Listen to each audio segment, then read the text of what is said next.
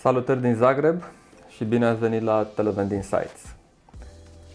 Eu sunt Ciprian Iacob, Country Manager Intis România, iar cu mine astăzi este Alexandru Ghene, director tehnic Nova Prompt. Deci, Alex, ne poți povesti un pic despre business-ul vostru? Da, compania a fost fondată acum 22 de ani, în 2003.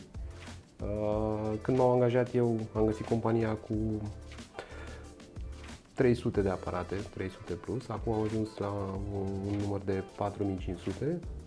Direcția este să ne dezvoltăm, să avem o creștere de 10-15% anual. De când colaborați cu Televend și care a fost momentul în care ați decis să treceți la sistemul nostru? De când fiscalizarea a devenit o certitudine în România, am testat soluțiile disponibile pe piață la momentul respectiv. Criteriul de alegere a fost simplu. Ne trebuie o soluție care să ne ofere și nouă beneficii, nu doar autorităților fiscale. Și cred că am ales soluția ideală, Televend, la începutul anului 2024, pentru că ne oferă telemetrie, fiscal și plata cu cardul, cashless. Care sunt beneficiile sesizate până acum despre sistemul Televend? Având în vedere perioada scurtă de timp de utilizare, beneficiile vizibile sunt informațiile primite în timp real de la automat, atât erori cât și tranzacții. Un alt beneficiu enorm este și plata cu cardul la care avem acces, plus serviciul inovator care ne permite abordarea unor idei noi în dezvoltarea companiei. Către cine ai recomanda Televend? E amuzant. Către toată lumea, mai puțin competiției, mai ales competiției directe.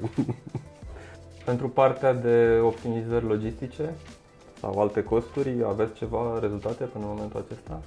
Am terminat de instalat dispozitivele de curând și încercăm să folosim modulele puse la dispoziție de Televend. Așteptările noastre sunt foarte mari. Cum au evoluat vânzările după instalarea dispozitivelor Televend?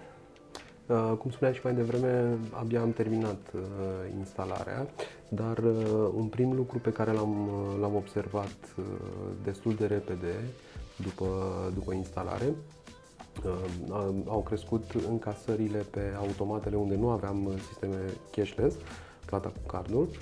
După ce am instalat plata cu cardul, au crescut vânzările și cu până la 21%, ceea ce e o creștere destul de mare. Sistem de plată cu cardul care este și mai ieftin decât ce foloseam până acum, adică beneficiile sunt și mai mari. Mulțumesc, Alex, pentru încrederea în Televend și pentru discuția din acest video.